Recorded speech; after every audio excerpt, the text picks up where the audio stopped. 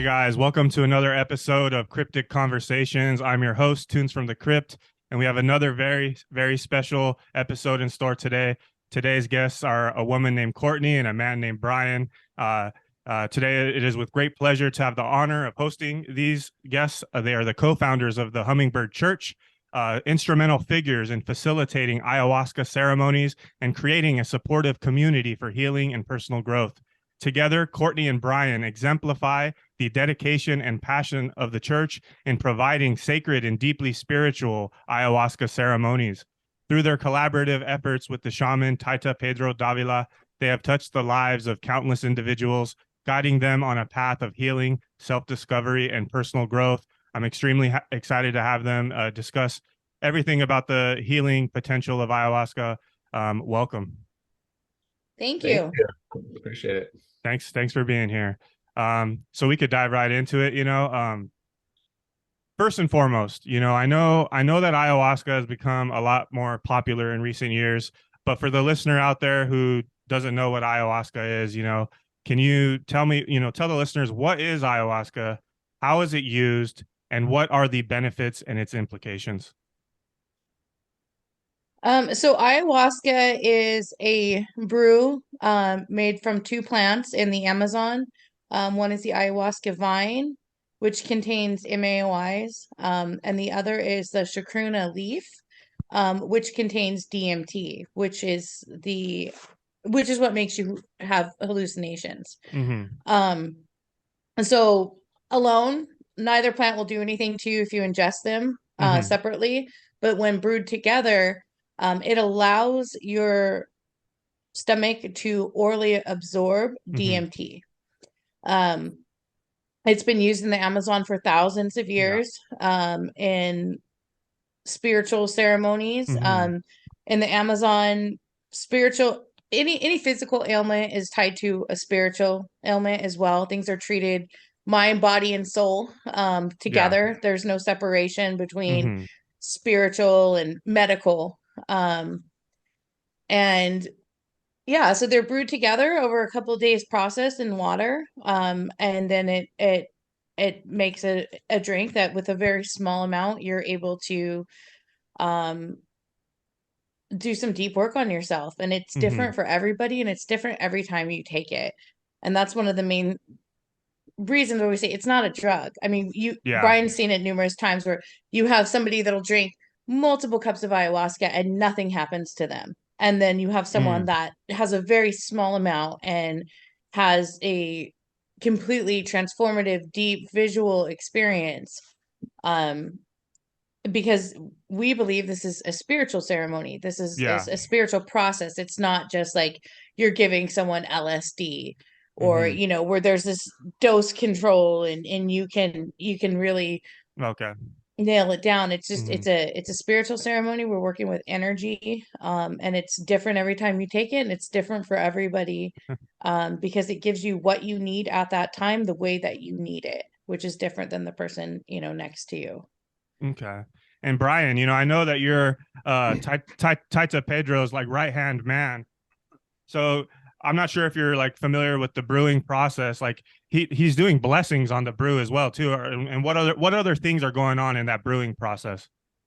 Well, yeah, I think that's why you could look at ayahuasca from like a traditional Western lens with it has these molecules and these molecules have a certain effect. Yeah. But I mean, the more I work with ayahuasca, the less I believe in Western science, obviously, but the less I really know, the less I know what's happening in there because in working with Taita, he has such a large effect on the energy of the ayahuasca and the energy of the ceremony that I really can't quantify, is it 75% him, 25% Yeah. because it's, again, since it's a spiritual thing, it's kind of starting to enter that non-quantifiable space. And our Western minds don't like that answer. But the truth is, the truth is I've seen it. I've seen the energy that goes into what he does. I've seen when he's high energy, a different effect. I've seen if he's low energy, a different effect. I've seen if he's in a happy mood, a different effect. If he's Oh, like wow. sad mood, a different effect. If he's Yeah. in a funny mood, a different effect. So it's highly affected by the energy, and I would just say consciousness. Whatever, however consciousness is wanting to express itself, that's what I see affecting the medicine, really. Yeah. And the medicine I can put in quotes here because it's the brew, it's the shaman, it's the people, it's the staff in the ceremony, it's the participants in the ceremony. It's really all of it all together, and it makes it very confusing to say exactly this is. I could pinpoint, like, from a Western point of view, it's this thing exactly happening at this moment. Okay. Yeah, that was well said. So can you talk to me about your backgrounds? Talk to me about your backgrounds and how you got into this line of work. Courtney. So I first experienced ayahuasca a little over 6 years ago. My background is, and I still work. I work for a bank. I've worked for a bank for over 20 years. I do global operations. So nothing psychedelic. I had taken psychedelics when I was younger, but never in any kind of holistic way or for healing. And my entire adult life, I'd been an alcoholic and drug addict. And then I went on a Tinder date one night and I got pregnant at 35 and was kind of forced into sobriety at that point. Oh, wow. And was able to stay. It wasn't like when I got pregnant and being sober, that wasn't hard. It was after I gave birth because I was 35 and pregnant by somebody on Tinder that I had nothing in common with, and trying to make a relationship work, and like felt like a 35-year-old teen mom and really didn't have the coping skills necessary to deal with having a kid or, raw dog life with sobriety. I didn't know what to do, and became very depressed. So I don't know if that was actually like a biological thing with postpartum, a combination of the biological and the psychological and emotional stuff. But I couldn't, I was so afraid of starting to use drugs and drinking and not prioritizing my kid, and just couldn't deal with my life. So things got pretty bad. I felt suicidal for the first time in my life, and just really out of desperation came to ayahuasca. And it was something that I knew about, but it was like from a very psychonaut perspective. I'd known about it since the 90s. I had friends that had went down to Peru and drank, and it was kind of the holy grail of psychedelics to try. And so I never thought of like doing it to actually heal. I wanted to do it to like trip, but then it just kept coming up.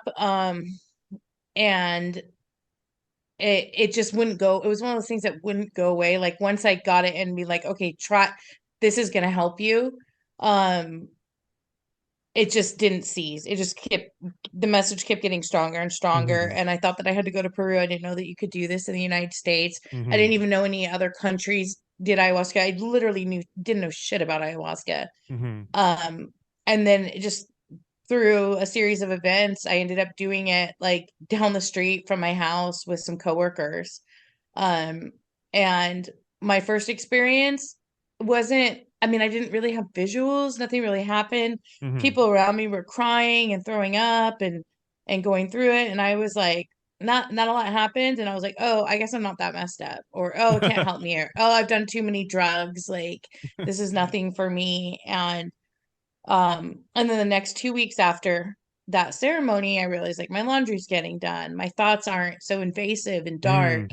And people around me are like, are you on medication? Like, what happened to you? Are you getting laid? Like, well, you seem so much better. And I was like, holy shit, like I feel better. Like I actually feel better. And the only thing that I did differently was ayahuasca. So then that really got me interested, and that's when I started educating myself, reading books about ayahuasca, watching all the movies on YouTube and Gaia, and really going down that rabbit hole.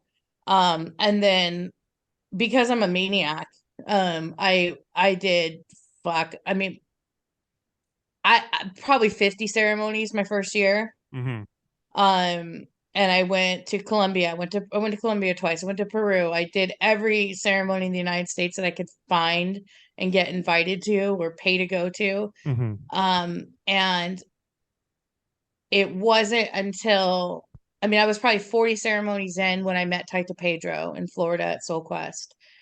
And I was getting better, but I was also really using ayahuasca to bypass my life, to give my life some excitement into it, because I had a kid, and Mm-hmm. you lose a lot of your identity when you become a parent. Mm-hmm. Especially I think so late in life too, because you're kind of set in your ways. And my first time experiencing life sober, so I went full tilt. But when I met Taita, I had that ayahuasca ceremony that I was like, oh shit. Like, I felt the depression that I had just leave my chest, like physically leave it. And there were Mm-hmm. entities and all kinds of psychedelic stuff that happened at that point. But it really changed my life. And I remember when I looked into his eyes to get the cup of medicine, I was like, I know this motherfucker from somewhere. And he didn't speak English, and I don't Mm-hmm. speak Spanish. And I was like, fuck, I know this guy. And then I was like, oh no, you're getting weird. You drank too much ayahuasca. Like, I'd seen people like go up to the shamans and stuff after ceremonies and be like, the medicine showed me that we were lovers in a past life. Oh And, my. and I was like, fuck, it's happening to me. Like, what? And then, and I just had like, I felt safe. I had such an affinity for him, like upon meeting him. Mm. And I had that ceremony, and it changed my fucking life. And I was like, holy shit. Like, not only have I been grossly misusing ayahuasca, it was just a game changer. And then I went home, and I was like, man, I want to sit with that guy. I went to Colombia like a week after I sat with him. And oddly end up sitting with members from his lineage, just kind of coincidentally. And then I was like, God, like, I gotta go back to Soul Quest to do another ceremony with that guy. Like, Mm-hmm. it was fucking amazing. And then like I thought about it and stuff, and I just couldn't, I was trying to chill out a little bit on ayahuasca and really integrate my life. And then like 6 months later, I had a dream that I was in Joshua Tree at a ceremony with like my friends and family, and Taita Pedro was serving it. Mm. And the next morning I woke up and I had a message from him in my DMs on Facebook. And it was like just written in like not not very coherent English, Uh-oh. saying, hey, will you help me do a ceremony in Joshua Tree? Oh And I was like, wow. what the fuck?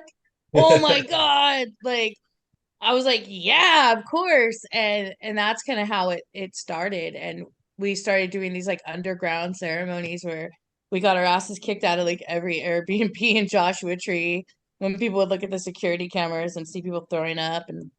And we'd say there's going to be 15 people, and then there'd be 30 cars out there.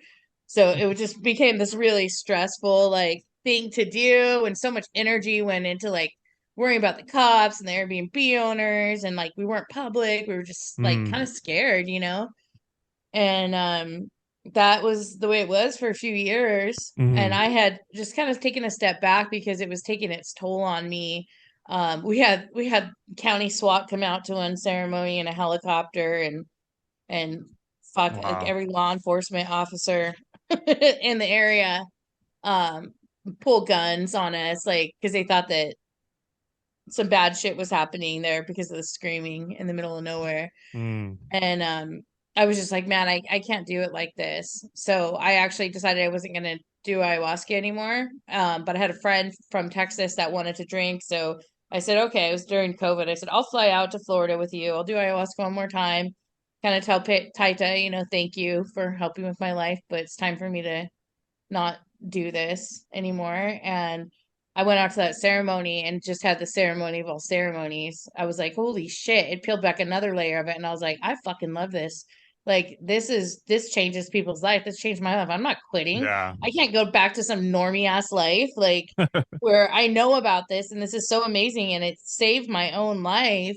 And now I'm just gonna be like, I'm a little stressed out right now and I'm afraid of police officers, so I'm not gonna do this shit. And in that ceremony, I kind of was telling me, like giving me the confidence to go stronger, then I went to a ceremony that Taita had put together in Southern California, because at that point I had already been like, dude, I need a break. I can't do this shit for you. And that's where I met Brian. And it's not like Brian and I talked or hung out or anything like that. But when I was on the medicine, and I thought he was just kind of like a jockey white dude. And when I was on the medicine told me that Brian and Joe, somebody I'd met through a coworker, they were gonna help me and we were gonna start a church. And I didn't say, I was like, oh, maybe that's just like my wishful thinking of things. I don't know, but I couldn't explain why it would single out them. And then through just a series of events, I end up asking them, like, do you guys want to start like a questionably legal church? And they were like, yeah, sure.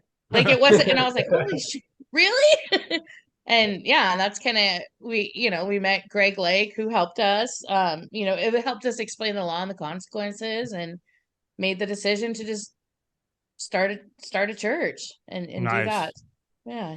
Nice. So yeah, I mean, now Brian, your turn. Yeah. Well, it's funny to see that some of the similarities there, and I'll try to end where Courtney ended it. So my background is I grew up with a Christian background, but it was kind of like a loose, I don't know, like a semi-loose type of thing. Like it wasn't like hardcore or anything like that, but grew up kind of with that background. And I took it seriously from a philosophical level, but I always thought, in application, this doesn't really make any kind of sense.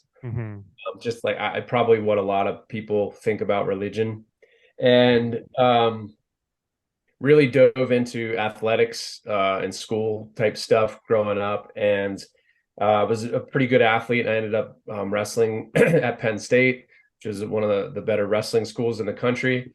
And my dad, he said, I was always like focused on career afterwards, like how can I make money afterwards? And so we Googled like what is the top income earning degree out of college, and it was at the time engineering. So I was like, oh, then I'll just become an engineer. Didn't really think about like what I would do with that. I just was like, I just want to make money and I'll figure it out later. And when I graduated from school, it was like a huge identity crisis, like being an athlete. I really wanted to be like a pro baseball player or something like that. I love sports so much, and I love competing, and that was always my number one. And school and all these other things were just like the thing I had to do so I could stay eligible. And when I graduated, there was like a huge falling out. I really didn't. I knew nothing about the career field I was going into. Nothing about it excited me. And I just kind of threw myself in there just on like, just to reapply athletics into your career, like work hard, stay up late, get around the best people, all that stuff. But, at night I would just throw myself into a bottle because it was like, oh, wow. It was like, this sucks. I hate my life. So I just like go home, just drink. I would work out and then I would just drink with my buddies. And that just became a pattern for years. And everyone in that career space, that's how they coped with it too. It was a lot of like athletes, and they just drank themselves until, whatever, and hid themselves in that space. And after a while, and not to say it's all bad, it's not like that at all. This was the piece of it that was rough for me. And then kept screwing up relationships, and was like, well, I got to look in the mirror here. Nothing about this makes sense, like long term, that this is a strategy I could keep implementing. Like I'll die at 55. And my grandfather died from alcoholism. So there was kind of this, like in the back of my head, it was like, hey, now you're 35, 20 more years, 20 more years. It's like, shit, like, this could be a real thing. Went through a really difficult breakup. It messed me up, turned me inside out. Couldn't cope with it. It was really kind of that first like ego death where you're like, oh, I'm the shit. I can do what I want. Oh yeah. And then no one will leave me because I'm so special. It's like, oh shit, like that's not true at all.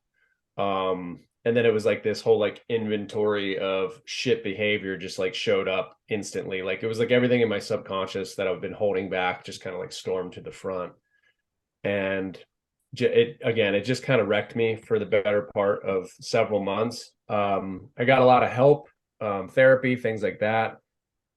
But I had this like kind of mystical experience where it felt like for an instant, like everything was like wiped clean and I was like fresh and like newborn. And I was like, well, that was pretty profound. Like, what was that all about? Mm-hmm. And so I started like Googling and reading books and being like, what was that experience I just had? Was that after therapy? It was like, no, I mean, therapy would have been just happening. Like, okay. Like for like a couple of weeks. Mm-hmm. No, it was a really cool mystical experience. I was crying nonstop. Like a valve was opened and I just couldn't stop crying. And I went to Alaska and I was walking in the glaciers in Alaska and I just had this moment where it felt like God or whatever just came to me. Mm-hmm. It's like blew me open, just like, and it was just so profound that I was like crying tears of joy at that point. It went from like sadness to like just joy and how beautiful my life is. And so it was such a beautiful experience. And I was like, wow, I really wish everyone could have this experience in their life, and I went home and it lasted for a while, but then life kind of went back to normal and I started drinking again. And I was like, I don't know how to get back to that state. But it was in my head. It was like, there's something here for you. And so I kept reading and, whatever. And then several years later, I moved to Europe, and just through a series of like synchronicities and things like that, I did a bunch of mushrooms by accident. That's another story for another day, but I did a lot of mushrooms and it just blew my head open. I mean, like I was on the trip of a lifetime and super scared, super scared. And this is coming from a guy who was a cage fighter. After I was done wrestling, I fought MMA for 5 years. So I'm like, oh, I'm a tough guy, whatever. I was not a tough guy. I was on this mushroom journey, I was a little baby. I was so scared. But then coming out of that journey, I had absolutely zero anxiety for like 6 months. Like nothing got me. Like I felt smart. I felt neutral. I felt clear. I felt happy. I felt connected to source. And it was freaking awesome. But then it kind of hit like, dark night of the soul type crap. It just was like all my shit just started to come out even deeper than before. And I was just like nonstop all day listening to Joe Rogan, Jordan Peterson, like anything that and I started talking to people, and eventually people started to introduce me to ayahuasca because I kept kind of pulling on that string. And I met a coworker and he said, hey, based off the stuff you're telling me, I really think you should try ayahuasca. And I had been hearing about it a lot. So I said, okay, yeah, I'm ready. It's time to go. And that's when I went to Soul Quest in Florida. This is like 5 years ago now. And Taita Pedro was not serving that day. He was the resident shaman there, but he was not there that day. And I drank my first cup, and within 15 minutes, I like just blasted into the universe. But I was so scared that I fought it the whole time. I couldn't relax. I couldn't surrender. And I just was up and running around, and I was like kind of a bad trip person who just the whole time. And I fought it the whole night, and I got through that night. And the next day I was so scared to do it again, but I was consciously tough, but unconsciously not tough, I guess. And so I consciously forced another cup down, similar process, kind of lost my marbles. The third night I just took like a really, really small dose, and that was just depths of hell type shit. And and I was like, wow, this stuff is pretty brutal. But again, from like conscious memory, I knew like anything like worth having was like worth going through difficulty. And I had done my research. I knew that everything that was happening to me was probably good. even though it was painful. And so I just kept coming back. I kept volunteering and coming back. And then I started working with Taita as a volunteer. And then eventually I sat with them. After like 6 months of not sitting with him, I finally sat with him. And I was seeing all the results he was having. And I realized, for me to surrender and go where I needed to go, I needed someone who I was deathly afraid of. And that was him. He scared, it still does scare the shit out of me. But I was like, I need someone who can just put me in my place. And that was him. I could tell, I was like, Yeah. as an ex-fighter, I was like, that guy's the prize fighter. Mm-hmm.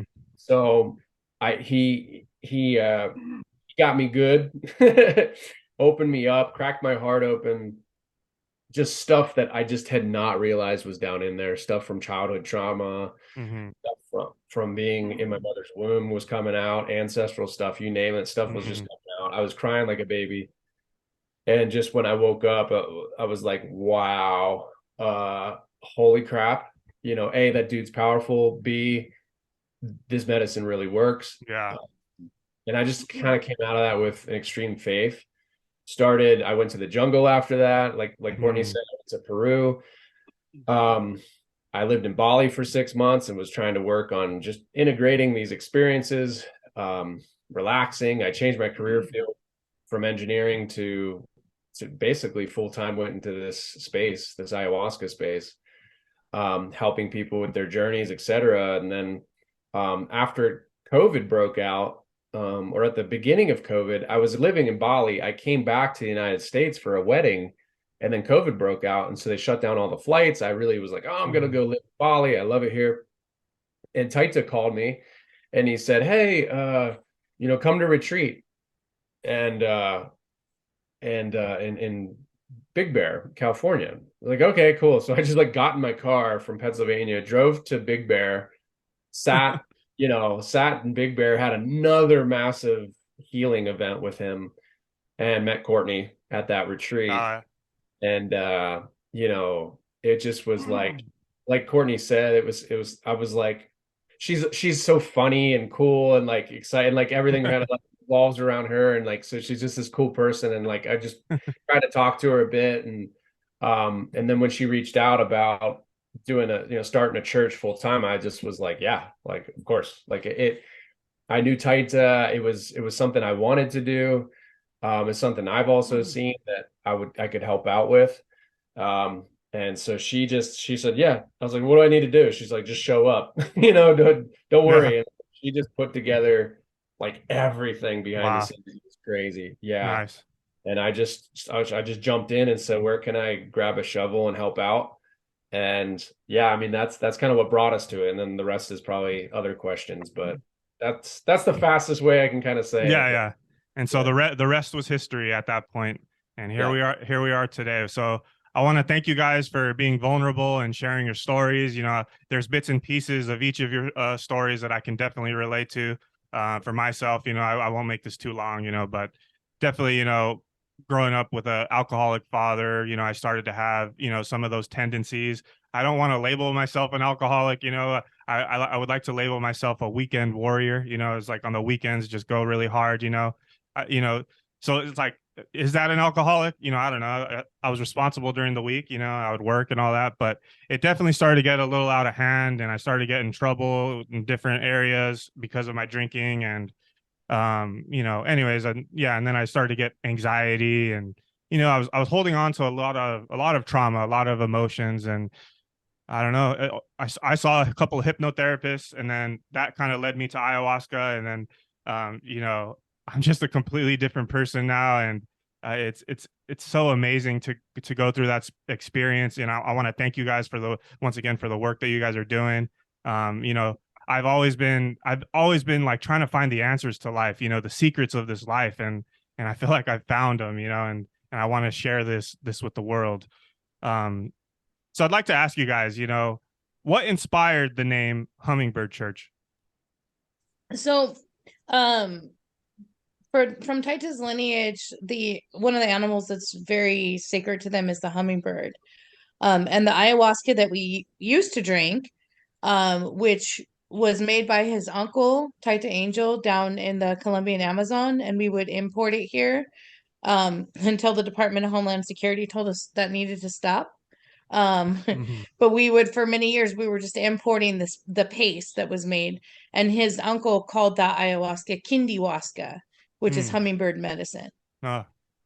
So with that, and just so many like of the stories about hummingbirds, especially with indigenous populations, and about them being the messengers of loved ones that have passed, and they're the only bird that can fly backwards. And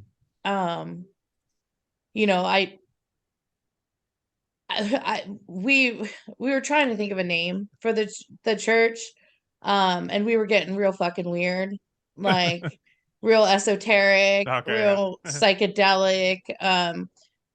And I was having one of my coworkers help me with like putting together a website, and I was like, shit, like we don't even know what to name it. Like I can't even do the website because we don't even have a name. And it was just getting like really weird out there. And I said, well, I think I want hummingbird in it. What about Hummingbird Church? And he's like, shit, just call it what it is. Yeah. And I was like, well, if I put church, is that going to trigger and offend people? And he was just like, fuck it if it does, like do church the way that you want to do it, that you envision it as healing, and actually create a church where people can actually feel God in it. Yeah. And I was like, all right, fuck it, Hummingbird Church. And then I went to Taita and I asked him, I go, are you cool with the name Hummingbird Church? And he's like, I love it. So that was just, how it came. And it has triggered a lot of people with the name church. I think it also interests people. You're like, Hummingbird Church, what is that? Like, and apparently there's some video game where there's a Hummingbird Church in it. So you Google it, it pops up like codes how to get in there. Yeah. But that's just kind of what it was. And I was like, if church triggers you, then maybe you have some trauma from church that you want to heal. So yeah, I think there's another psychedelic one called Sanctuary Church, and they have church in their name. So there's church more now. I've noticed on some of them, where it used to just be like really like these esoteric names, like Soul Quest, Yeah. Or Pachamama, or these South American indigenous terms. But yeah, we just went with what was simple and meaningful, and chose that name. Nice. I love it. Okay. Brian, I remember at the retreat, I did speak with you on, I think it was on day 2. It was kind of like an integration thing. And you touched on it for a second there. So you said you grew up Christian, right? So can you talk about how ayahuasca has changed or reinforced your view on religion and spirituality? It's like when your computer, you do like a defrag on your computer, and it's like re-putting files in certain positions, for optimal speed. I think it's like that in a way. Some files from Christianity are bad, like just archaic, or don't make a whole lot of sense, or maybe they don't make sense if they're in the wrong context. And then it just kind of like shifts stuff into the right buckets and the right context. It makes, for me, Christianity made a lot more sense. I often tell people, especially the people who are anti-psychedelic, and there's two ways I can go with this real quick. But the one thing is, I tell people, I'm like, Christianity led me to psychedelics, and I feel, I'm not comparing, but I'm like, I'm a more courageous Christian than you. Like, I'm the one who believes that God, if God created all this, God, and I'm doing this, and I have those mantras, and now my faith is so strong that I don't have to walk into ayahuasca with some of these mantras, but I just was like, God, Jesus, if you're one, make it clear. And like, God, you're the number one. So like, there's this Christian pecking order to this. So then just protect me. And if I'm doing something stupid, make it extremely clear. But if I'm not, then make that clear, because I'm not, if psychedelics are evil or something, I want to know that. And I said, but everything felt like God was leading to this. So I was like, and I'm very, you know, kind of conscientious. I took my time with stuff, and just I was always like a bit hesitant. Like I didn't just jump all the way in right away. And it still comes out. You know, there's still battles of faith and trust that come out on ayahuasca. But, you know, I felt as though taking Christianity seriously is what allowed me the faith and courage to drink ayahuasca. And really, really face myself. And there's a lot of Christians I meet. Again, I'm not talking down on them. There's a lot who are very fearful, and rely a lot upon that Jesus or somebody will come save you. And I think that's, if Christianity misses the mark, it's somewhere there that Jesus will come save you. And what I found on ayahuasca like would be like, you know, a message or something would come through, even if it, let's say Jesus said it or something to me, it would be like, pick yourself up. Like, I'm not saving you. Kind of like the leper, the story of the cripple, Jesus and the cripple. It's like, stand up. You know, we don't even know if Jesus healed the cripple. Like he just said, like, stand up, like stop this. You don't need to come save you. Stop. And maybe the impetus was for him to say, stop wallowing in your crap. You have enough power to save yourself. So this whole like victim mentality, I think we can get confused with Christian ideology and become a victim. And so ayahuasca wiped a lot of that out. Ayahuasca put a lot of pressure on me to say, stop doing this crap that you're doing to yourself. God, Jesus isn't going to come save you. This is you created this mess, get yourself out of it. And you have the power to get yourself out of it. So that's, I think, like, in, you know, there's just so much good and so much, I wouldn't even say bad, that comes out of Christianity. I would say our interpretation of it can really screw us up.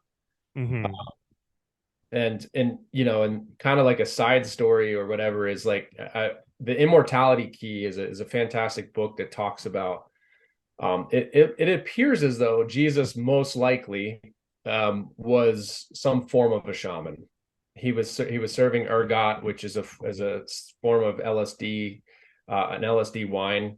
You know, so if you want to like dig into some things, there's a lot of new research and evidence that supports that maybe Jesus was actually a shaman, and that all of Christianity was born out of psychedelics. So, you know, and for me, keep an open mind. I don't know how it started. I don't know how we got here. I just know what I've learned. And I've known that ayahuasca has really, really helped me to, like, again, defrag the computer, is put things in their right buckets. And it really challenges you too. If you walk in with a lot of faith, ayahuasca will leave you questioning whether you were right or wrong. And that's good, because only faith has to be tested. And if it's not tested, it's not real. It's just a wish. And so that's what ayahuasca does. Yeah, you know, I never grew up religious. You know, my mom was Christian. My dad was, I would say, was more atheist, and he would like constantly bash religion and God, the idea of it. He would always be very negative about it, and I would listen to him, but I would just kind of form my own opinion or whatever. And I think the problem or for people like him, is that they think, oh, God is this man in the sky with a beard. It's like, no, that's not what God is. You know, to me, it's like, God is the divine. It's all knowing, you know, it's mathematical, it's geometrical, you know, and I definitely, I mean, I'll say, you know, I felt like I met God on the second day of the retreat. Yeah. I don't know what God is anymore, to be honest with you. And even if I thought I knew, it would be 0%. So, which is very unsettling, because you want that, like, 100%. I know who God is. Okay. Yeah. Okay. So you guys are close to Taita Pedro. What are his views on bringing ayahuasca to other parts of the world? It's something that he's very passionate about. It's a mission that he feels is, you know, guided by the medicine to bring it out of the jungle and to help heal people, especially the people of America. There's a prophecy of the eagle and the condor, which is that when the condor from South America meets the eagle in the skies above North America, that the land and the people will begin to heal from the 500 years of genocide and violence and war. And so he is a subscriber to that belief, that he's, you know, been divinely called to come to America and to share this medicine with people to help heal them. You know, and it's been difficult. He's somebody that comes from a very strict lineage. And it's not like they've been sharing ayahuasca in this way for a long time. This is something that started, you know, in the early 2000s, where there was this ayahuasca tourist boom, like, well, in the 90s and early 2000s, where gringos from the United States and Europe would go down to the Amazon to want to drink ayahuasca, and they would serve it to them because they wanted to experience it. And then it became very popular to go down there and to drink it. And then, I mean, these guys never left the Amazon to serve ayahuasca. That wasn't a thing until recent. Yeah. And just struggling with some of the things from his culture and his lineage and tradition that just don't make sense, and don't make sense in America, you know, or things that have had to bend, you know, especially with the gender stuff. You know, with the indigenous cultures, it's very gender oriented and rules and separating men and women and things like that. Where he's, you know, had to struggle with keeping things traditional and true to his lineage, but also making them flexible enough to make sense in America. Like one of the main things was, you know, women on their period typically can't drink ayahuasca. Oh, really? And a lot of taitas won't serve women on their period. And if you try to come to America and tell a woman on her period that she can't drink, especially if she just paid $1,000 to go to a retreat, yeah, it's gonna be a slaughterhouse. Like, oh man. So he, you know, he's found a way to work with women that are menstruating, you know, by giving them a tobacco womb blessing. And, you know, you can't go full jungle when you're in the United States because people sue for everything. So you can't tie people to trees like they do in Putumayo. And Americans also, there's no integration in the jungle. They don't sit you down and have a share circle and talk about how you're feeling. Oh, really? Yeah, that doesn't happen. They say you just go back to your life. And in you know, these indigenous societies, they still live a very tribal life where you have multi-generational living and support in your home.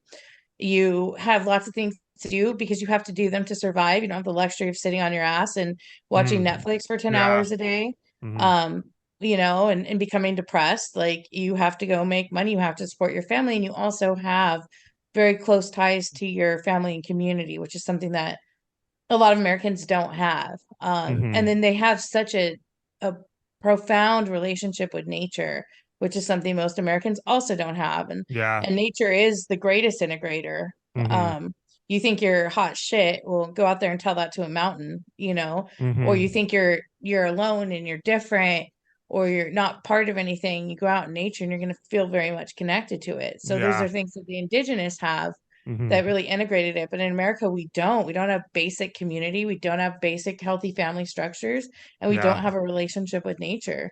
So, you know, to kind of adjusting to value the integration and the share circles and kind of leading people to a path of, you know, and people are so medicated too. So it's just so complex, and there's definitely no medical intake that's done in the jungle. Like, before you drink, it's just you show up, you get served ayahuasca.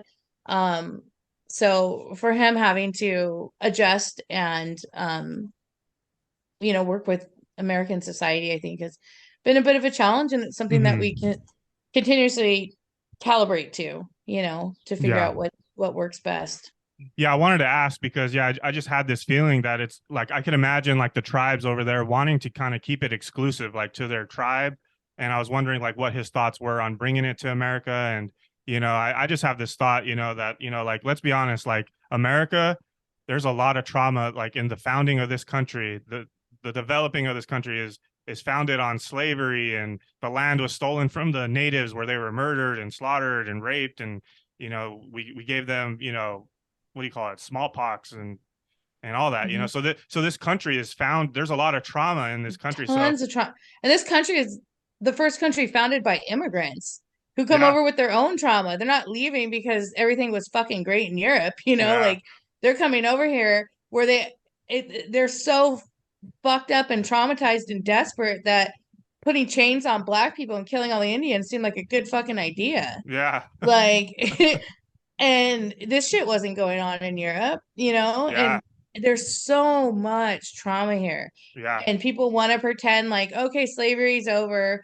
There's no racism. Black, you know, they think Black people made this shit up with the cops. Like, you know, that they want to be in a bubble to the extent that the racism and genocide and drugs and corporatization of everything has and the fucking prison system. And I mean, their country is a mess with a lot of, you know, emotional, psychological, and spiritual issues and addiction. And Western medicine really fucking sucks at dealing with mental health issues and drug addiction. It's just not success. What we do doesn't fucking work, and people are dying every day unnecessarily. And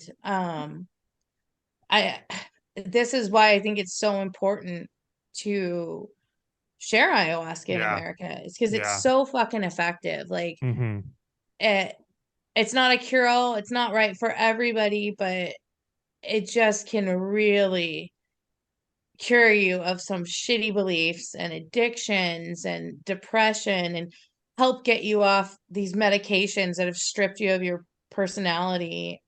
And I think that this is all divine timing, you know, as to why this is, you know, happening, and it's happening now. And I really believe that it's from God, that this is God's will to help heal America. Okay. And, you know, I'd like to ask you guys, you know, so what is the selection process for applicants who attend your ayahuasca retreats? What qualities or mindset are you looking for those that apply? The number one thing that is most problematic for us is the ascended masters.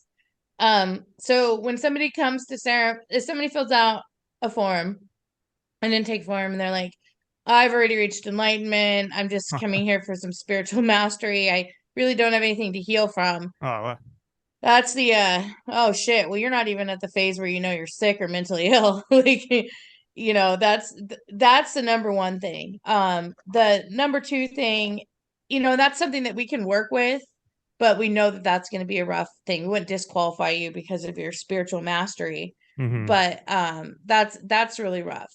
So looking for people that genuinely want help, that are desperate for help, whether that help be physical, spiritual, mental, emotional, just wanting a closer relationship with God, wanting to get off of drugs, people that are, you know, stuck in a cycle of incarceration, they have sociopathy, they have violent tendencies, people that are creating more victims because of their own unhealed wounds. Those are the people that I think we get most excited to help. But there are some things that make it unsafe. They can make it unsafe or risky for Americans. And the main thing is the number of fucking medications people are on. Like, ayahuasca has MAOIs, which can cause serotonin dumping syndrome in people that are on medications that are already increasing their serotonin. And that can be something from, you know, feeling nauseous and a little uncomfortable to just dying, sudden death.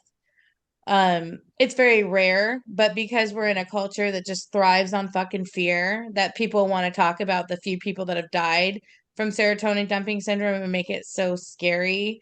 But it can be. I mean, the amount of medications that people are on blows my mind when we're going through those forms. It's like, wow, you let somebody put you on like 10 different psychological pills for psychological disorder. And so there's the medication. Some of the medications can completely block out the ayahuasca experience. where you're not even going to be able to connect with the medicine because you're so disconnected from yourself. So we look for those things. Other, in the jungle, they'll serve it to anybody. They'll give it to schizophrenic people, but if they're giving it to, if a Taita were to work with someone who's schizophrenic, it would be over a very long period of time, and they'd be drinking a lot of medicine, not coming to a 3-day retreat. Yeah. And we can't handle schizophrenia, so we have to rule that out. Yeah. If someone has bipolar and they're not functioning, they're not going to clear that up in a 3-day retreat. So if you have bipolar disorder and you can't keep a job, you can't function, then this isn't right for you, because what's going to happen is, Taita says this analogy all the time. Ayahuasca is like acne medication. It makes things a lot worse before it makes them better. So since we don't have a facility to treat people and give them ayahuasca and put them through a program, really give them the attention they need, we really have to know our limitations to where we're not giving it to people who are going to just become completely dissociated or worse because they are going through a process and we can't support them. So we do have to rule, that out. Yeah. So that's, we're looking for people that genuinely want to come because they want help. Yeah. Or they want that connection to God. Not people that are psychedelic tourists or psychonauts. Or people that are like, oh, I want to come because ayahuasca looks like a great hustle and I believe I'm a shaman, so I'm going to go to some ceremonies, take some notes, and then start serving. Oh, wow. We get a lot of that in Southern California. And then Taita just blows those people out of the water. So if you come because it's on your psychedelic bucket list, or you want to make a YouTube video about it to get more followers, or you want to serve the medicine because you think you're an ascended master, you're going to leave, you're going to end up pissed off at us. You're going to probably see things as evil, and dark, and just not have a good experience. So it's often difficult to deal with people that are coming with that, oh, it's hip and trendy in LA. I'm going to drink ayahuasca. They think they're coming for a good time, and they realize that, they've got some deep trauma they need to work on, or they fail to realize that they have some deep trauma they're going to work on. And then they just see us as devil worshippers or something. So it can be a little challenging there. Yeah. Okay.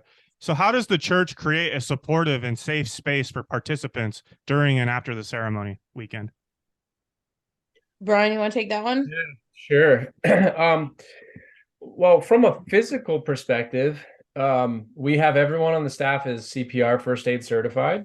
And we always have a medic and or a doctor on staff as well, but hush hush, we don't tell people who they are. And the reason we don't do that is because a lot of people, if you say, hey, Bob over here is a doctor, well, then Bob is getting called for all day, every day, because, people don't want to, they confuse what they're going through psychologically or physically for that they're actually dying or something like that. So we do that for a reason. And then we have those medics looking for any contraindications, which there are very few, to be honest. And Courtney kind of went through some of that. But we tell people that, because it helps put them at ease. It's like at any given moment, the doctor's right there. At any given moment, if we have to,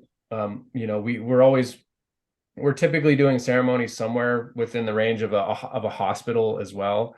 And so if God forbid something like that were to occur, there's a hospital right there. So we've never had to use it.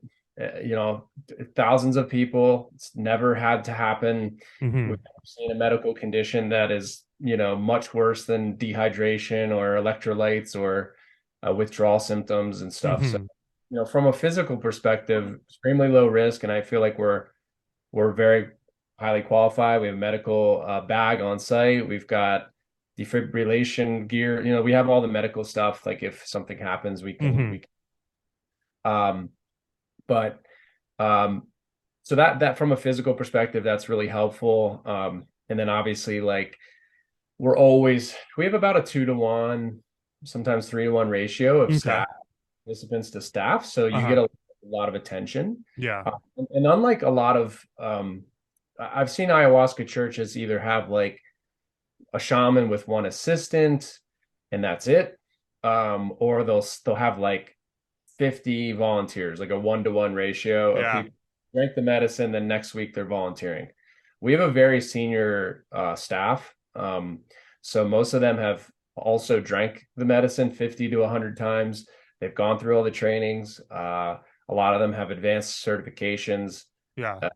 A lot of them come from medical backgrounds. We have a lot of our staff are ex-Marines, or military, I should say, Marines, Army, Navy, etc. So we have people who are combat ready. Again, some people do have a hard time with the medicine, and they could get a little violent, or they're upset at you because the trauma's coming out. Yeah. Well, we have a 6'5", 275-pound Marine who's just kind of sitting there and being like, please just sit back down. It'll be okay.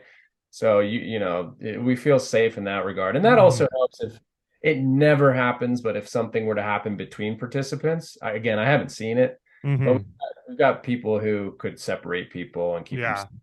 Yeah. So we really plan for the worst, but the worst doesn't really happen. And so again, a lot of the staff, they take things very seriously. It's a pretty rigorous process in terms of taking on a staff position. You've got to sit with Taita for a very long time. So he, at the end of the day, he's the one that says whether you're qualified or not to assist in ceremony. And then we also have qualifications for leading integrations. We have a lot of very strict rules when it comes to, like, first of all, no touching in ceremony, and that's between staff and participants. We don't want participants touching.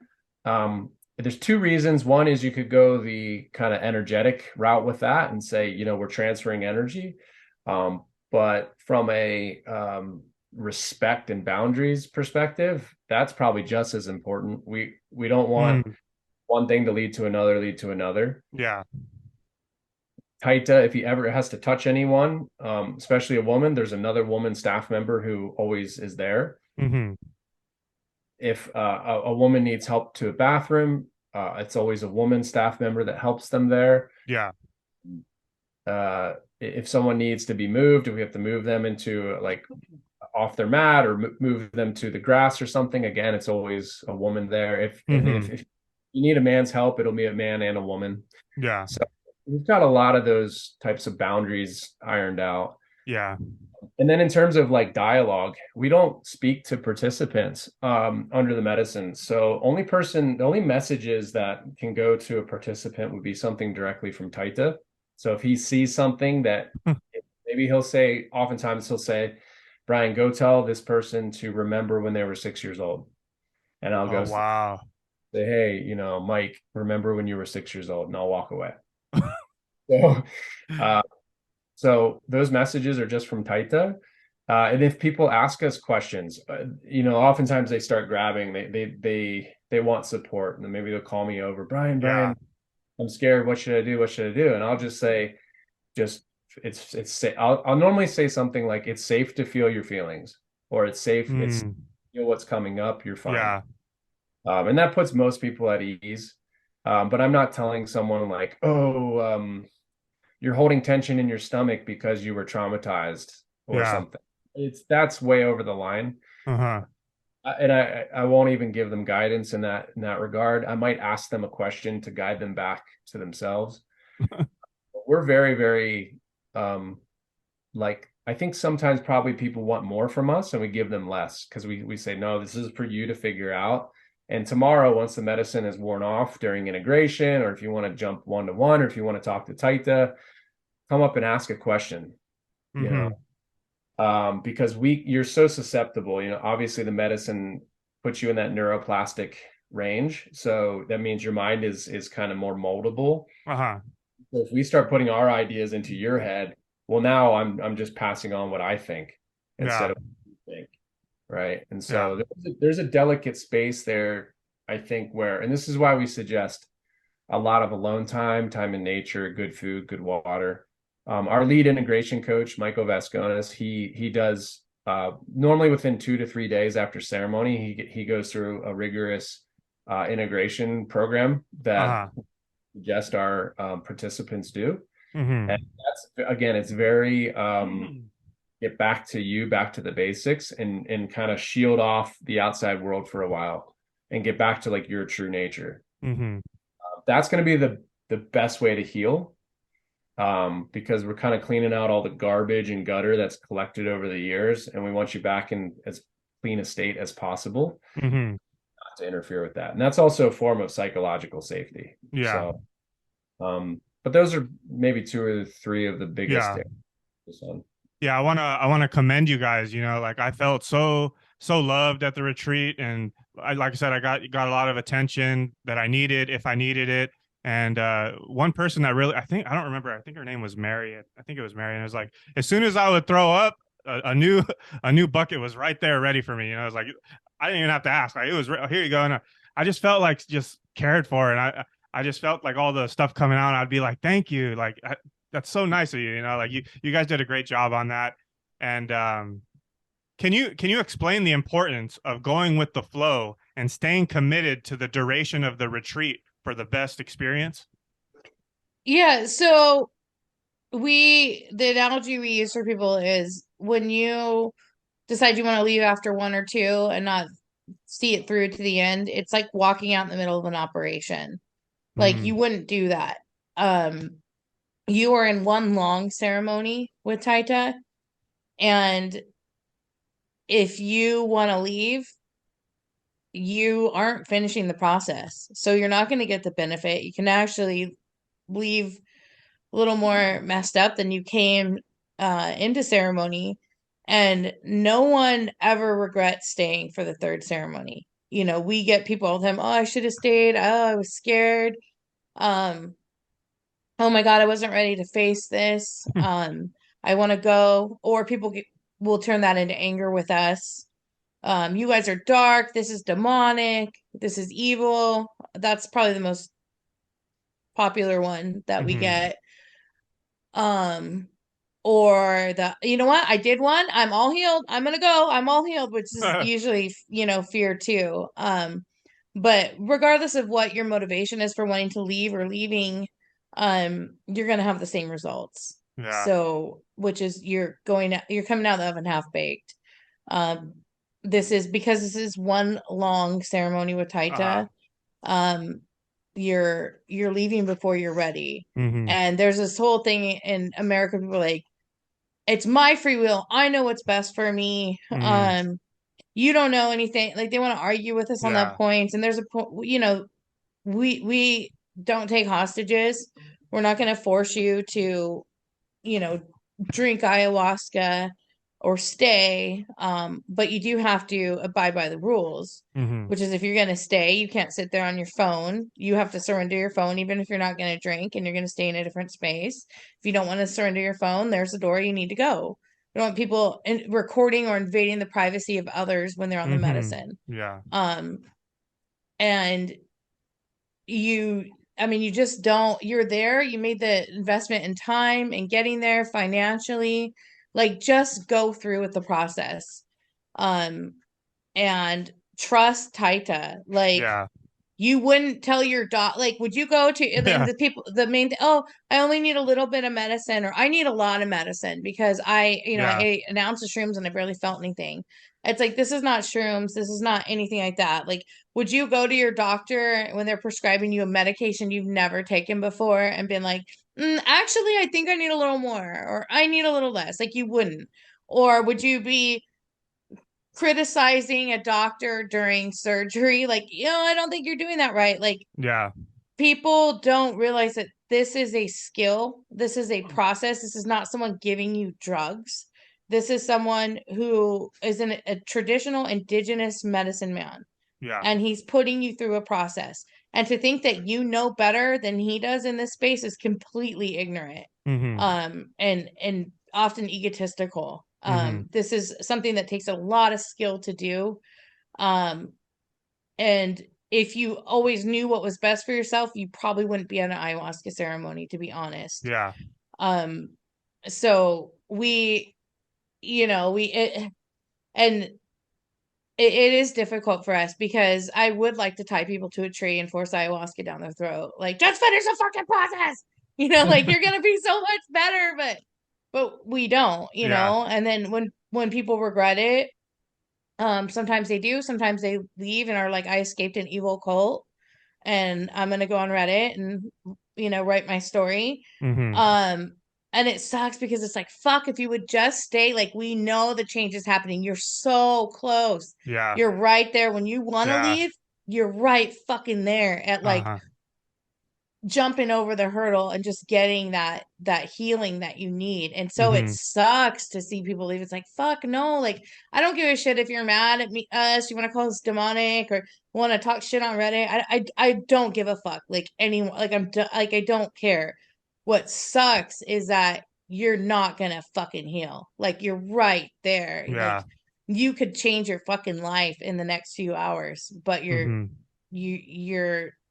letting fear and ego get the best of you and just going back in the world, without the healing. And so it's just really important to like commit to everything and remember why you came here in the first place. If you want to leave, so it's super, super, super important. And it's like our retreats fully booked, and there's so many people that we have to turn away, especially in the Southern California retreats, where it's like, dude, they could have gone to somebody could be in this spot who's actually going to change their life. Versus somebody who's just not even committed to themselves and not committed to the process or fucking knows everything or drank ayahuasca in another way. So they would be hypercritical of everything that we're doing with the medicine and use that as an excuse. Or I always have good experiences with the medicine. Really?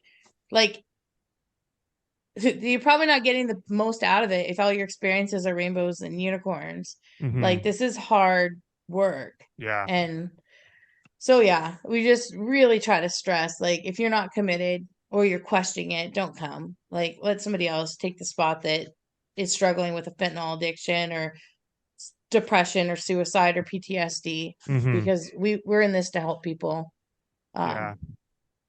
It's definitely tough work. I'll be honest. I even found myself like after the second night, I was like, man, I don't know if I could do another day, but I was like, I just got to tough it out. It's tough work. You're facing your inner demons. You're facing the parts of yourself that you don't want to, so I could see how people are afraid to do that and they want to leave. But like you said, it's like, you gotta stick it through and that's where the healing happens. I remember on the second night, I was trying to take it easy. I took 1 cup the first night. People were taking 2, but I was like, nah, I'm gonna take it easy. And I felt the effects.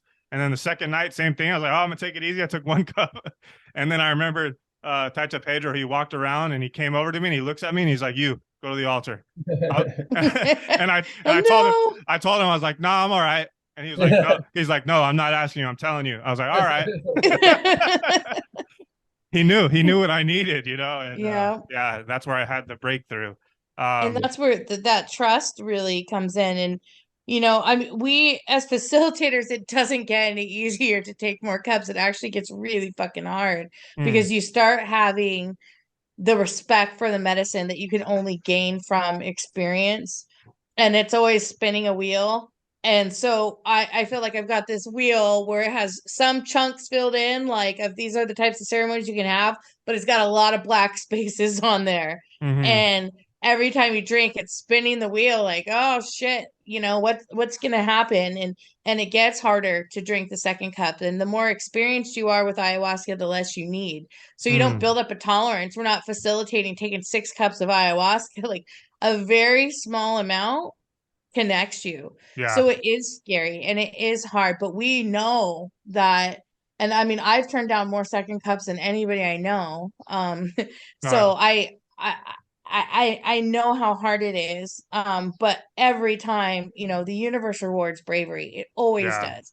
And this is not a bravery versus stupidity type of situation. Like this is a situation where you're being brave. You're going up regardless of being scared, and that's what bravery is. You're not just going into it like not afraid, and that's always rewarded. Just like staying for another ceremony is rewarded, and that third ceremony really is Taita Pedro wrapping a bow on everything. Like helping put you back together so that you have the best chance of really making real life change when you go back into your regular life. Okay. So how does the church provide comfort and care for participants in terms of food, accommodations, and necessary supplies? I guess I'll take one. So yeah, there's a balance between too much comfort, not enough comfort, and we're always trying to figure that out. So we always have, for the most part, vegan food or vegan options for people. That's a big thing. A lot of people are eating those diets. We're not saying you need to be a vegan eater, but our dieta, or like the prep process of what you should be eating the week before, has you reducing meat as you go through the week. And so we try to stick with that through ceremony, through the weekend. But we always have, like, at the end, there's always something nice to eat. Like we have a dessert and maybe a cake or something. It's just this like, you made it. And yeah, maybe it's not on the diet, but it's like, well, we're just gonna celebrate and have some good food. And so we always have good food. Our food is always cooked on site.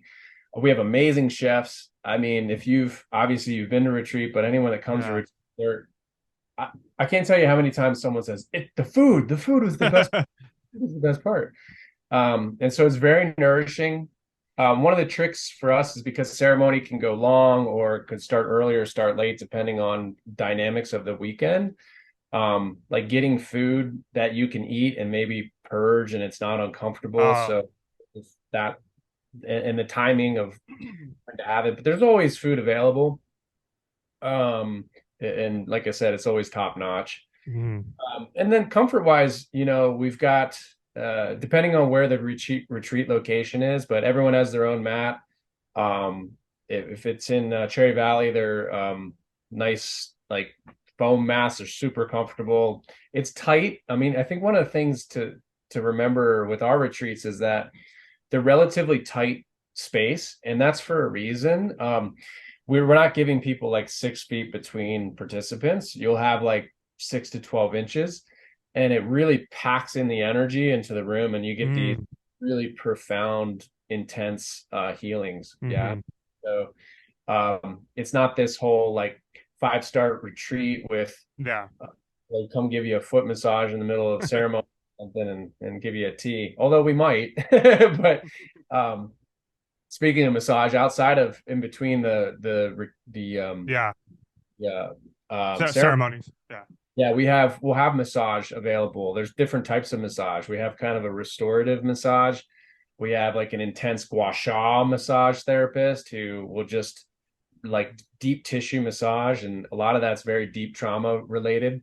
So like more of a yang approach versus a yin approach. So we have like whatever the participant is looking to get, they can get that. We also have Tony is one of our energy healers. He'll drink ayahuasca and then perform energy work on you as well. So we have that between ceremonies. In ceremony, blankets, sometimes the temperature's super cold or super hot. We're making adjustments on the fly for people. The music is a form of comfort as well. So there's times in which the music can be like strong, and some people say, wow, that's strong, or I don't like that, or whatever. Well, Taita is the one that's kind of controlling the thermometer on the energy. And that can say, I want this type of music, or maybe he wants a sound bath at this point, or maybe he wants a rock song at this point, or he'll sing his Icaros and do work with lyra and harmonica and things like that. So he's taking that energy up, he's taking it back down. And so I guess there's a space between comfort and discomfort, and he's the master of finding that spot. Our check-in process is good. We meet everyone, we talk to everybody, walk them to their mat, show them around the place. give a lot of one-to-one attention. So we're trying to be as comfortable as makes sense, and not like we're not there to pamper you by any means.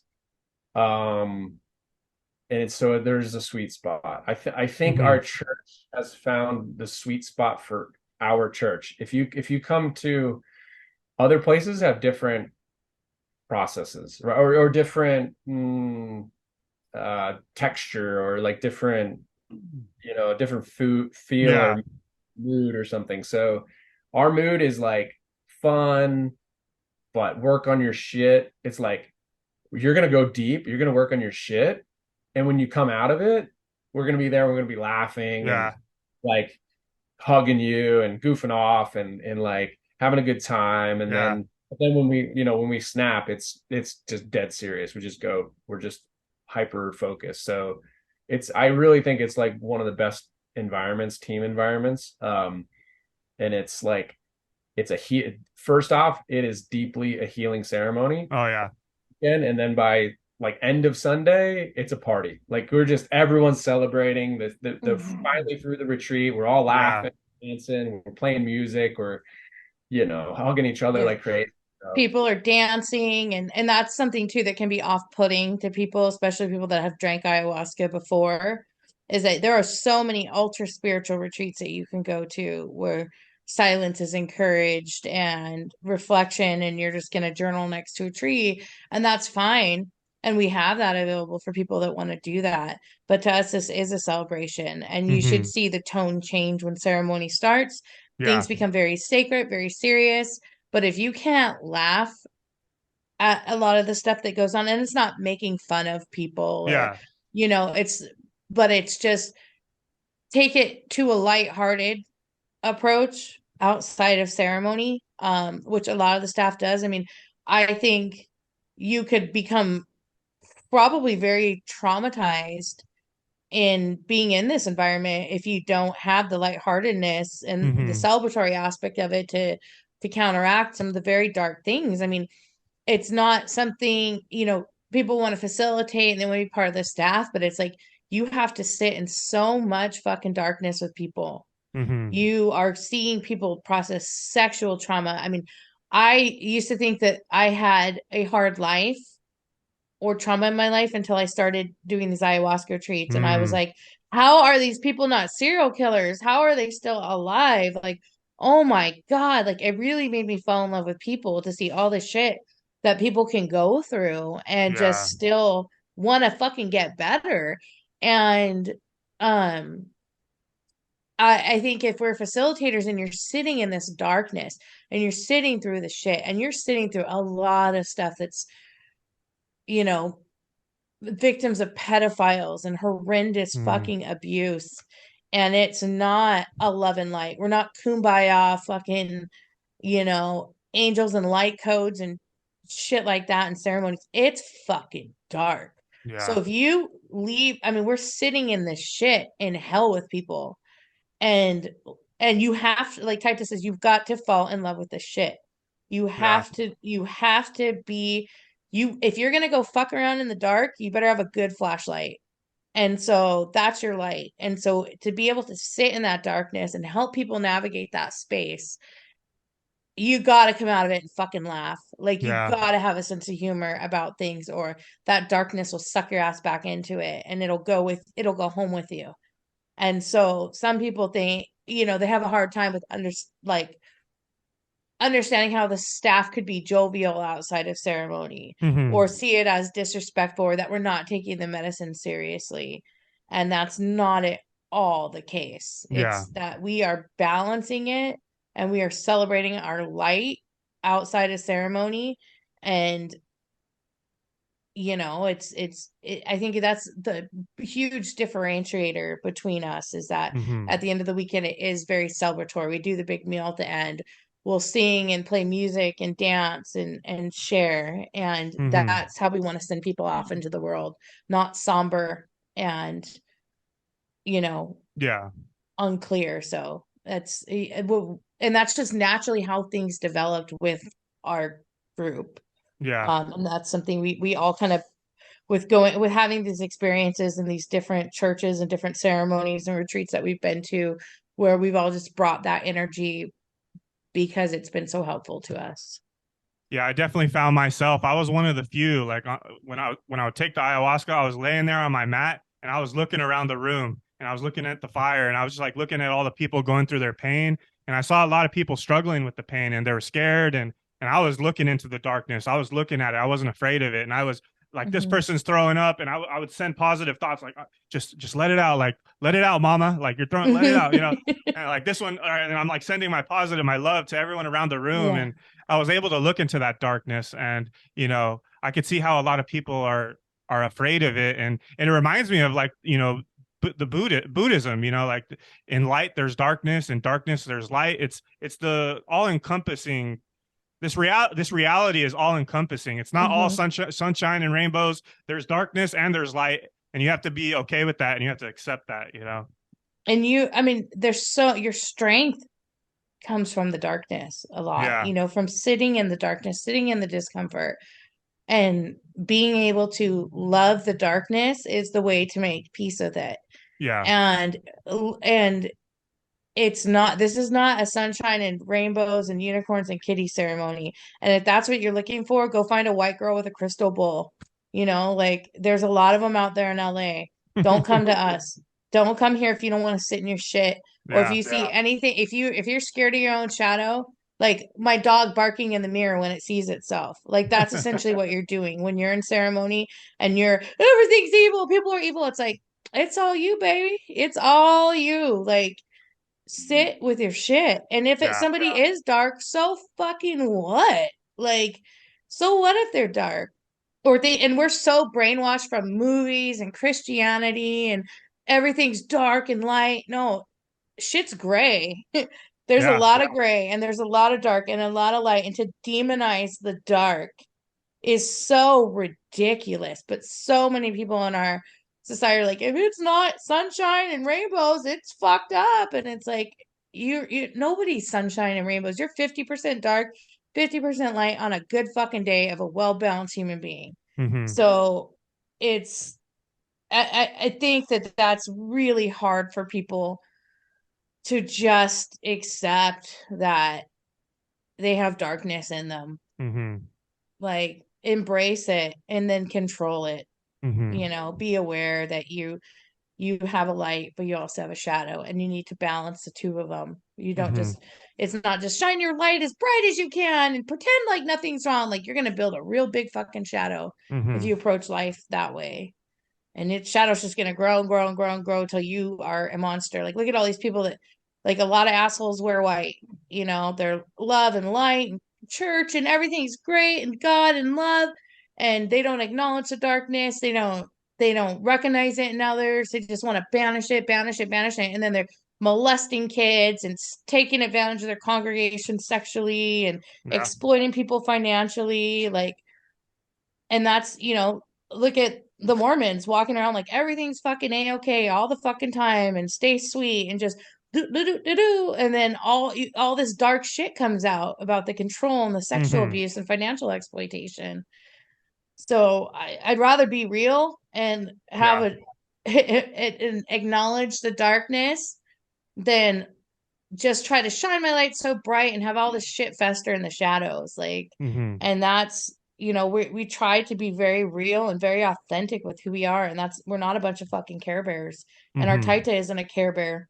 Like, you're going into spiritual battle with yourself. Do you want to go into that with a Care Bear or with a fucking dragon?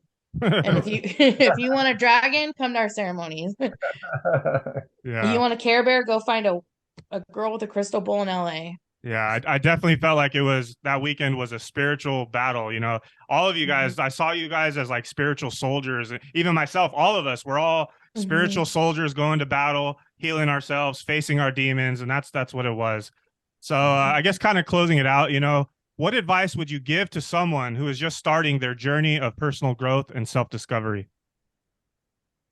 Good question. I tell people to trust the inner voice that you're listening to, that you're following today. So there's something that says, I'm on a spiritual journey, or maybe people say, oh, you woke up or whatever. You wake up to this idea that there's something guiding you. And whatever, you could call that your inner voice. You could call it God, an angel, whatever you want to call it. But there's something in there inside of you that's guiding you and making you curious. The thing, you get really, really super curious and follow that curiosity, and then have an element of common sense and patience and humility, some hubris as you're on that path, and recognize that wherever you're going, it's never going to be what you thought. It's probably not going to be as amazing nor as shitty as it could possibly be. The anxiety that shows up, you're probably not going to change as fast as you want. It's probably going to be harder than you think. It's probably going to be more rewarding than you think, or rewarding in different ways than you think. So you don't know, and getting comfortable in that unknown, trust and faith, trust and courage are going to be those two main pillars. So follow that inner voice, have some trust, have some faith. I often tell people, they think the world's a hostile place, or the universe is full of reptilians that are going to kill you, and if you open this spiritual Pandora's box, it's going to be like pure chaos and hell and evil. And it's like, if the universe were like that, it would have already happened by now. And there's obviously some balancing force that keeps things clean and healthy, and we're all here on this spinning rock around the sun. It's like crazy. So life's already crazy. Admit it to yourself. Yeah. Something bigger, better is kind of moving and guiding this whole thing.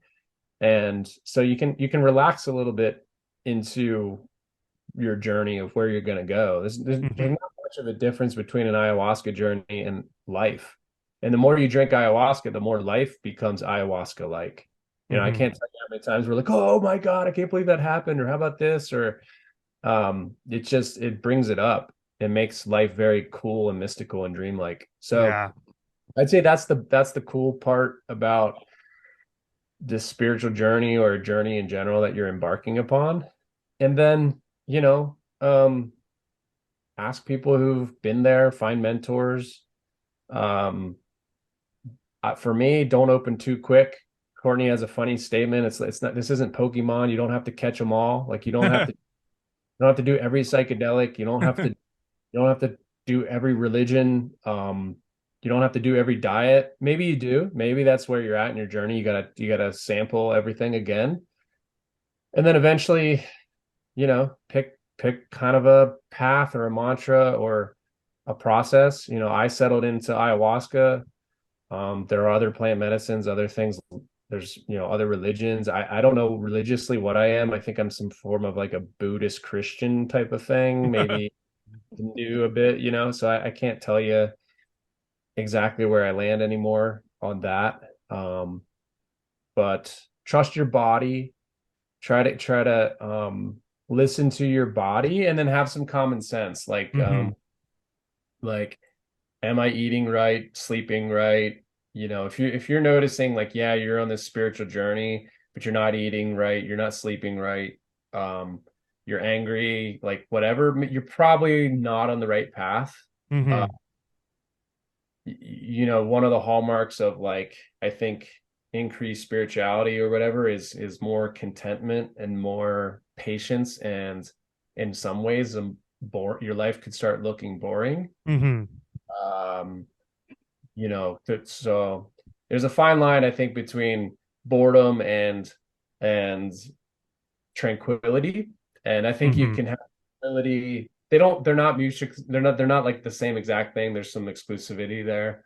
But I think you'll start to see more tranquility. I think art, you're going to start to see yourself becoming more artistic, more creative, you're not following people as much, and you're getting out of your left brain a little bit more, and you're maybe getting more into your right brain.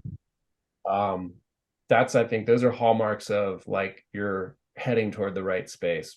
So follow that inner voice, have trust, have faith, have courage, try some new things out.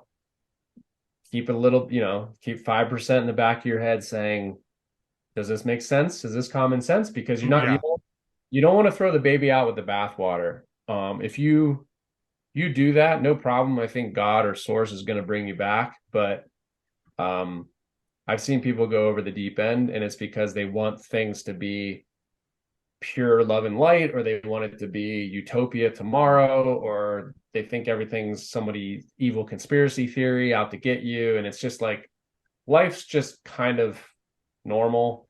It's not going to, I don't think it'll all change tomorrow in 1 second. Like, just the spiritual journey is like eating an elephant one bite at a time. Patience, go slow with it.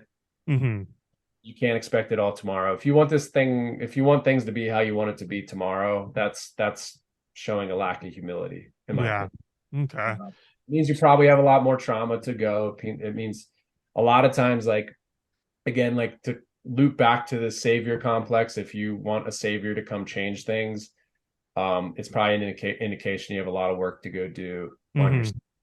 So okay. Yeah, I mean, the message is when you start going on a spiritual path, it's often you've had a mystical experience, which is very jolting. And you're trying to make sense of it. You're trying to put some kind of logical context around that. And you, as somebody who's done that, I mean, you can drive yourself crazy. You can grandize yourself. So if you find yourself in a place where the world's all of it's looking good or all of it's looking evil, or you're all of a sudden the Messiah and you're here to save everybody, you need to time out. You need to ground yourself. Focus on yourself. You don't have any other responsibility than yourself. And that's the greatest gift you can give the world, is working on yourself. And if everybody worked on themselves, there wouldn't be war. There wouldn't be all this shit.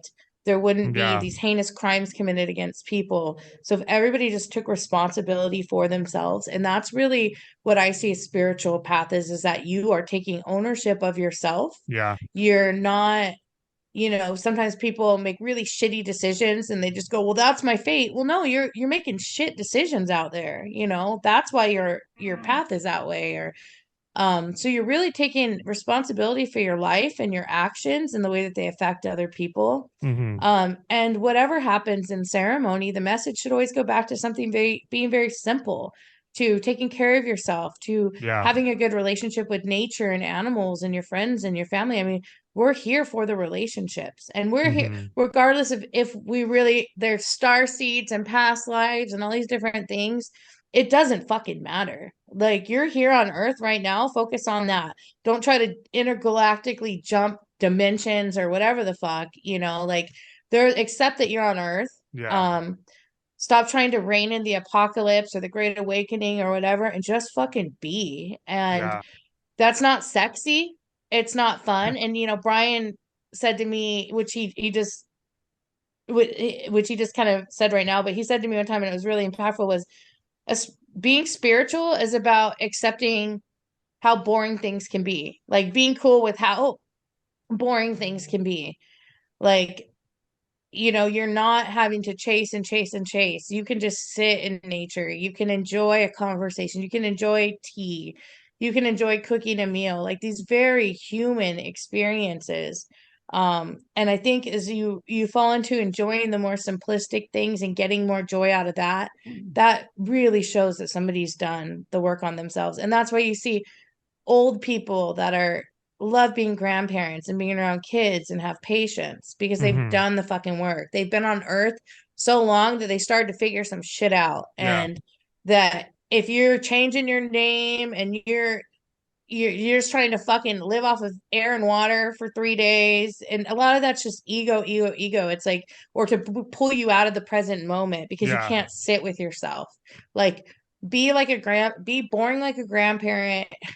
Be simple. If you look at the indigenous people in South America that do this, or even people in India or Buddhists or whatever, they're not fucking weirdos. They're not changing their name to like Bob and Tommy, or, like giving themselves an American name, like Americans give themselves a Buddhist or indigenous name. Like, be the fuck who you are. Be normal. Repair your shit with your family if it's repairable. If it's not, move on and create a new family. These people aren't running around the jungle acting like complete fucking weirdos. And that's what we see as being spiritual in America. And you see that depicted a lot in these movies and TV shows and stuff of, oh, the spiritual person burning stage and being a fucking weirdo. Like, that's not spiritual. That's ego. Like, being spiritual is just being putting your fucking shopping cart away, holding the door open for people, being considerate of others, thinking about how what you're about to do could impact everybody else, and giving a shit enough to stop it if it's horrific. So it's very simple. It's just simple. You don't need to overcomplicate it. You don't need to go tap into the Akashic records. And I mean, that stuff's fun, and it should be taken for entertainment purposes, but you don't need to do all this and mess up your mind and your heart with all this overcomplicated shit and confusion and theories that people have. Yeah. Well said. So yeah, closing words, Courtney, can you, what is your vision for the future of the Hummingbird Church? And then Brian, if you could, send the listeners a final message of love and healing. I mean, I would like for us to get a brick and mortar place. We're gypsies right now, which has its benefit because we don't have to worry about the government RICOing anything or somebody suing us to take away things because we're poor and we don't own anything. But it's really taxing. Ayahuasca is not a good neighbor. You can't bring the jungle and drop it into the suburbs and have everybody be fucking cool with it. It's gonna cause problems. And we can't control the energy, like that kind of energy of the jungle. We don't want to tame the jungle per se. So my dream and my goal is that we'll figure out how to get a place where we're not going to be pissing neighbors off, or we're not going to have to be moving around. We're not going to, it's just a tremendous amount of energy goes into setup and takedown of these ceremonies. And that we could do that, and that we can really start, once we have a place, expand more on the services. Ayahuasca, though it is the trunk of our tree, the tree has many other branches. And to really bring this community in, because loneliness is a huge epidemic and community is so important. And it's really hard to keep a community together when you don't have a place, a place to welcome people. So I don't know how that's going to happen. I pray, and I know that if it's what God wants and it's the medicine's will, that it'll happen when the right time is. And I can look how, if that would have happened 2 years ago, what a fucking disaster that would have been. And so I know that it'll happen when the time's right, but that's really what I see it being. And it looks like these laws are going to change where, right now I'm in a custody battle for my kid. Because I had a kid with an asshole, but because of ayahuasca, that's the thing that is continuously brought up, and it's really confusing to the courts because we're in such a gray area. Is it legal? Is it illegal? If we tried to go get a loan for a church, we would never be able to get a loan like a conventional church would. We're seen as a drug cult or hippies or people who just are looking for a loophole to do drugs. And I hope that stigma can change. And I hope that we can at least get the religious rights and benefits that all these other goofy churches get, and that we can really grow our community, because we are sincere in this. And this isn't just hippies, getting high on drugs. So my goal is that enough people realize that to get these fucking laws changed, and that we will be able to have a brick and mortar facility to do these at and welcome our community. Well said. Yeah. So Brian, if you could close it out with some words of healing and love for the listeners. I maybe back to what I was saying earlier, the fact that you're alive is a miracle. If you really look at all of the millions and trillions of things that have to be true for you to be here, it's a damn miracle. So, take advantage of that, be grateful for that. I know sometimes if your mind is really stuck or in a bad place, why am I here? I don't have a purpose. My life is a mess. There's something that's, you haven't pulled the plug yet on yourself, and listen to the thing that keeps you from not doing that. because that's the thing that is going to keep expanding and opening and opening and opening and changing. So just because it's hard now doesn't mean it'll always be hard. Yeah. You know, I don't think God or this universe is built to torture us. We could have a paranoid way of viewing the world, or a pronoid. So it's for you, not against you. The universe is conspiring for you. Yeah. If you would have told me 5 years ago that one of my best friends would be a shaman and the other best friend would be leading like one of the most profound churches on earth for healing in America, like I would be like, no, that's not possible. It's not going to be what it is. And so like I'm amazed by just listening to certain voices in my head or my heart that said, go here, do this, try, that I had the courage to do it. So yeah, you know, if it's hard time, been there. Look, you know, you're talking, if you're talking about Hummingbird Church or just even other people that have been in hard places, they know. That's why we do what we do. It's because we've been there. Life has been difficult, and want to be a hand that can help guide someone and make it easier. And I think asking for help, where things are getting really, really confusing out there. So you gotta, if you don't cultivate something inside of you that can find truth or know something good when it sees it, I think these next decades are really going to blow you out of the water.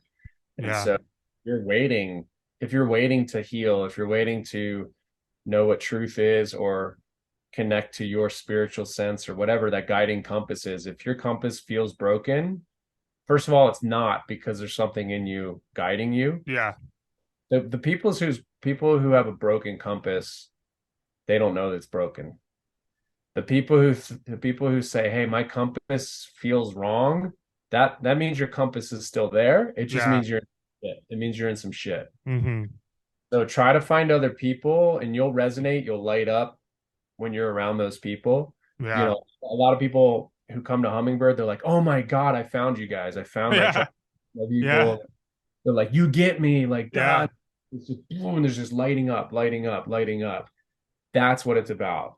Like, go where you're lighting up, because when you're lighting up, you're on your path, and just stay in that space. And then when you're back in the shit or the dark, that's the stuff we practice with ayahuasca, is that I can go into the darkness, I can go into real, you know, shitty life situations, but I got that candle with me because I've been through harder shit where I thought I was going to die or I had to meet the devil inside of me, but I did it. And this is just another day out in the real world. So, you know, and life's not so hard. It really isn't. After ayahuasca, life's a lot easier. I'll tell you that. Yeah. Well said. Well said. So I want to thank you both of you for meeting with me today. I want to thank you for the beautiful work that you guys are doing for our country, our planet, for humanity. I want to thank the listeners for sticking around to the end. So please, kind of closing out, tell everyone where to find your information, and I'll also add it to the description of the video. So you can find information about us and the retreats that we do on hummingbirdchurch.com. Also on Instagram, hummingbird _ church, where we will post our ceremonies and information there. If anyone's interested, you do need to fill out an intake form, not just RSVP. So fill out an intake form. It'll let us review and let you know if it's safe for you, if we feel it's safe for you to attend ceremony, or talk to you about anything that might potentially be an issue. So that's really step one, do your research. Step two, fill out an intake form. So thank you. Awesome. Thank you guys so much. You guys have a great day. Thanks, you too. Bye. Yeah.